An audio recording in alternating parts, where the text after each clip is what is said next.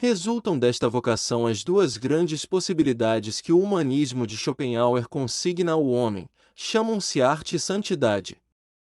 Puramente humana é a possibilidade do estado estético, contemplação das ideias libertada da vontade. Humana e unicamente humana é a possibilidade de uma redenção definitiva, quando a vontade de viver se nega a si mesma para se elevar mais alto que o artista, até a santidade ascética.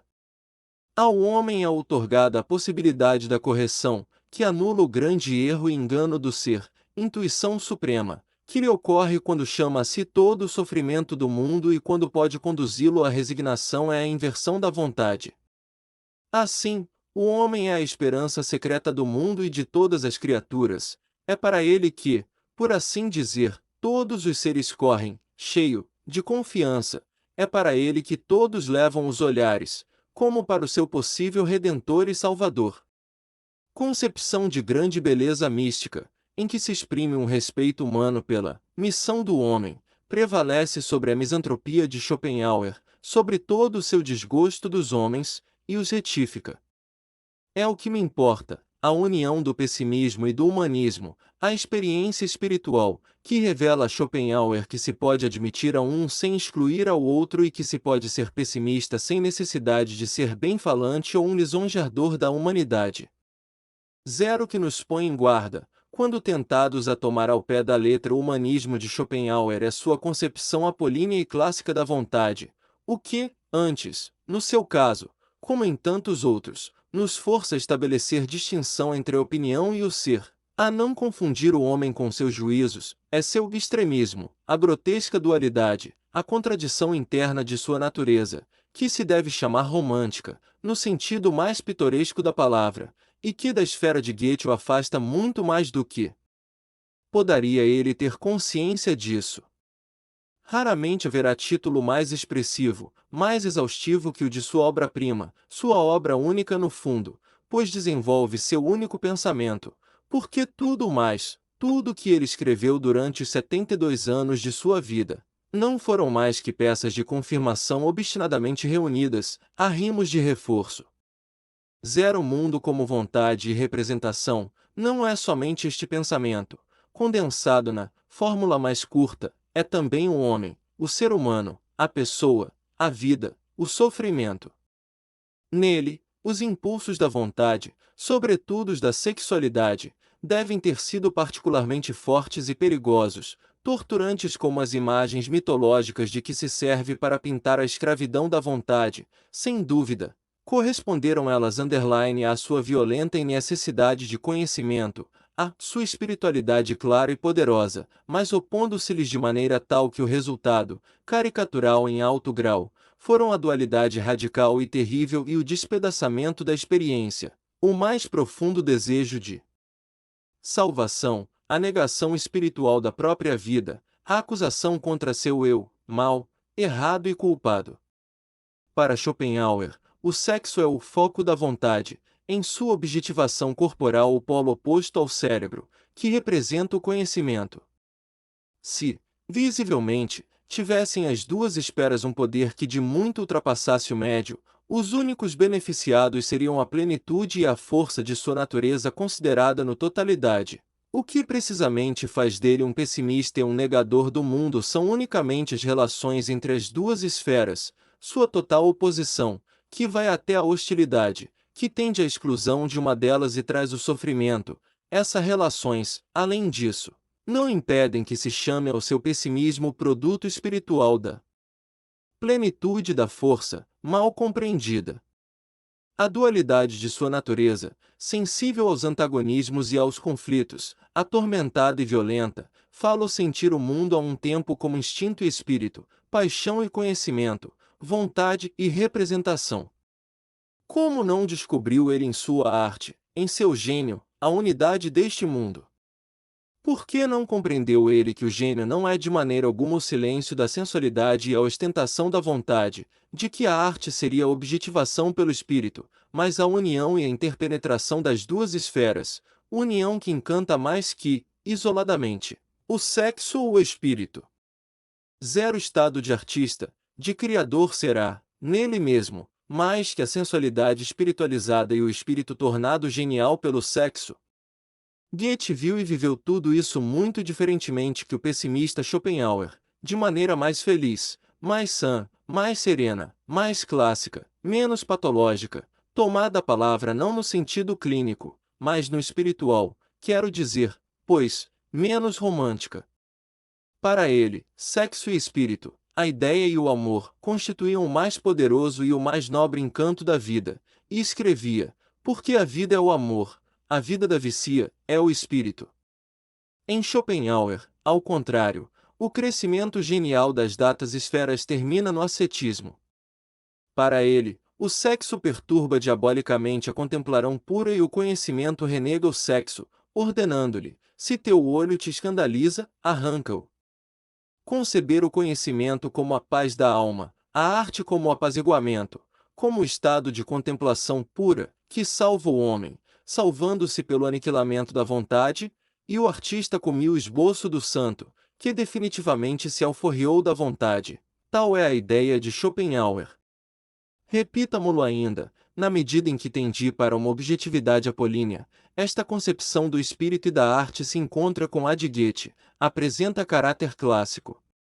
Mas seu extremismo e seu ascetismo são nitidamente românticos, tomada esta palavra em sentido oposto ao do gosto de Goethe, que conhecemos melhor por suas atitudes a respeito de Kleist. No fundo, é certo, os termos de uma alternativa como clássico e romântico não calham a Schopenhauer. Nenhum nem outro exprime toda a sua alma, que não é contemporânea dos homens para os quais esses conceitos opostos representavam ainda um papel. Está muito mais perto de nós que os espíritos que se preocupavam com esta diferença e se classificavam segundo ela, a forma de espírito de Schopenhauer, a sensibilidade e o ardor excessivos de seu gênio, cujo dualismo é caricatural, são menos românticos que modernos. Desejaria dizer muito com esta designação, mas relacionando-a totalmente com uma alma moderna, cujo calvário só é bastante visível neste século entre Goethe e Nietzsche.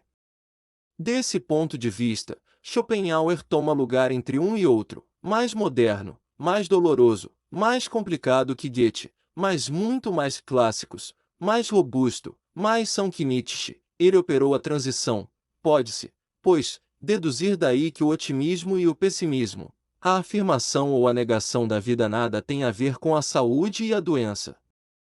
A saúde e a doença, se as considerarmos como juízo de valor, só com muita precaução podem ser aplicadas à espiritualidade humana, porque são conceitos biológicos e a natureza do homem não se reduz ao biológico. Schopenhauer, psicólogo da vontade, é o pai de toda a psicologia moderna. Dele se vai, pelo radicalismo psicológico de Nietzsche, em linha reta Freud, assim como aqueles que concluíram sua psicologia do inconsciente e a aplicaram às ciências do espírito. O anti-intelectualismo e o antissocratismo de Nietzsche não são mais que a afirmação filosófica e a glorificação do primado da vontade, descoberta por Schopenhauer e da intuição pessimista que o fez designar um lugar secundário à inteligência, serva da vontade.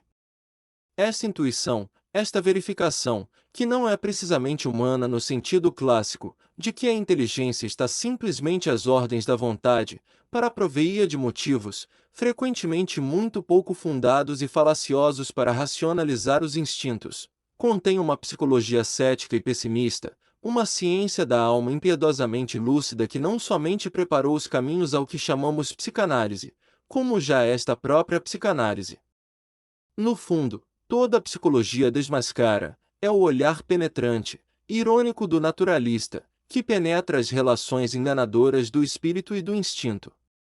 Isso corresponde perfeitamente à conivência mística da natureza nas afinidades eletivas, em que Goethe faz Eduardo dizer, já é namorado, após seu primeiro encontro com Odila, ela tem muito espírito, e sua mulher lhe responde, muito espírito. Mas ela não abriu a boca. Schopenhauer, por certo, gostou desta passagem. É uma amável ilustração, ainda classicamente serena, da frase em que declara que a gente não quer uma coisa porque a reconhece boa, mas que se julga boa porque se quer. A verdadeira razão que nos faz hoje retomar Schopenhauer e examinar sua concepção do mundo, O motivo que nos leva a evocar sua fisionomia espiritual, com tudo que ela lembra, diante de uma geração que não sabe grande coisa dele, são as relações do pessimismo e da humanidade. É o desejo de transmitir aos homens do tempo presente, nos quais o sentimento de humanidade atravessa a grave crise, a experiência pessoal da união particular contraída pela melancolia e pela altivez do homem nesta filosofia. Zero pessimismo de Schopenhauer é sua humanidade. Sua explicação do mundo pela vontade, sua intuição da onipotência dos instintos, o rebaixamento da razão outrora divina, do espírito, da inteligência, reduzida a não ser mais que um instrumento da vida que quer afirmar-se, tudo isso é anticlássico e, em essência, inumano. Mas sua humanidade, sua espiritualidade residem precisamente no matiz pessimista de sua doutrina, que o leva a renegar o mundo e a pregar um ideal ascético, no fato de que esse grande escritor, versado em sofrimento, cuja prosa é a da grande época de nossa civilização humanista, tirou o homem do elemento biológico e da natureza, fez de sua alma, que sente e conhece, o teatro da inversão do querer e viu nele o salvador possível de todas as criaturas. Em seu primeiro terço, o século XIX foi uma reação total contra o racionalismo e o intelectualismo clássicos. Comprovou-se numa admiração do inconsciente, numa glorificação de instinto, que julgava dever à vida e que somente preparou assaz, para os instintos maus, dias felizes. Frequentemente o pessimismo consciente se mudou então em prazer de prejudicar, o reconhecimento de verdades amargas pelo espírita transformou-se em ódio e em despreza do próprio espírito e, sem a menor generosidade a seu respeito, a gente se pôs do lado da vida, isto é, do lado do mais forte, porque, se uma coisa é certa e provada, é exatamente esse fato de nada ter a vida a temer do espírito, e do conhecimento e que, na terra, o espírito não a vida, tem o mínimo de força e a maior necessidade de proteção. Mas a própria anti-humanidade atual é, afinal, uma experiência humana, uma resposta unilateral aos eternos problemas da essência e destino do homem. Visivelmente ela precisa de um corretivo que restabeleça o equilíbrio, e eu creio que a filosofia evocada aqui pode hoje prestar bons serviços. Chamei Schopenhauer de moderno, deveria ter dito futuro. Os elementos que compõem sua personalidade, sua harmonia claro-escura, a mistura de Voltaire e de Jacob Boehme, o paradoxo de sua prosa clássica e clara, que revela o mais profundo, o mais noturno abismo, sua altiva misantropia, que jamais renega seu respeito pela ideia do homem, em suma, o que eu chamei sua humanidade pessimista, aparece-me rico de futuro e promete talvez, a sua construção teórica, que esteve na moda e foi célebre, caindo depois em semi-esquecimento, uma ação nova, profunda e fecunda, sobre os homens. Sua sensualidade espiritual, sua doutrina, que era a vida, segundo a qual conhecimento, pensamento, filosofia não são apenas ocupação de cabeça, mas do homem inteiro, coração e sentidos, corpo e alma, em uma palavra, o que dele faz um artista. Tudo isso pode ajudar a produzir-se uma humanidade que ultrapassa a aridez da razão e deificação do instinto. Porque sempre, companheiro do homem na jornada que penosamente o conduz a si mesmo, a arte atinge primeiro o objetivo. Obrigado por me deixar ler o livro para você. Siga o canal Li um Livro, para que eu continue lendo livros para você. Foi um prazer, até a próxima leitura juntos. Não esqueça de deixar seu comentário, ele é sempre bem-vindo. Até breve.